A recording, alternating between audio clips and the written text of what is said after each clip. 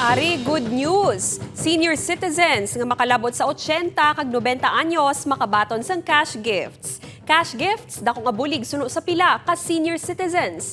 Hibaloon sa pagtutok ni Kim Salinas. Hindi lang mga centenarians sa makabaton sang cash gifts kundi pati man ang mga senior citizens nga makalabot sa edad nga 80 kag 90 anyos. Iri matapos nga ginaprobahan sang Senado ang hagna tuoy diri. Sa idalom sa ginaproponer nga hagna, makabaton sang 10,000 pesos sa makalabot sa 80 anyos. 20,000 pesos naman ang mabaton sa makalabot sa 90 anyos. Ang ini nga cash gifts ang dako nga bulig suno sa pila ka senior citizens. Inubakal rin sa mga mga maintenance bulong Amo mo lang ginagawa, tamon mo. Makadako bulig kay wala naman drama. Igudang na ta. Ay kadako pres ka naman nga tenan karako kang baraklon bulong. Kung magmasakit ka, makaroon sa mga bulong, mga pagkaon mo.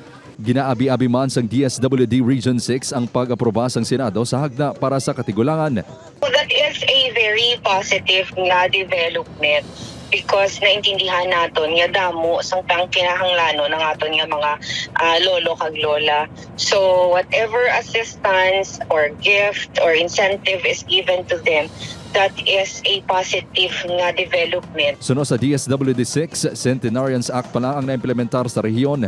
Sa datos, mayara sang 313 ka centenarians sa Western Visayas. Upod kay Romel Porquia, Kim Salinas, Warrior, Western Visayas.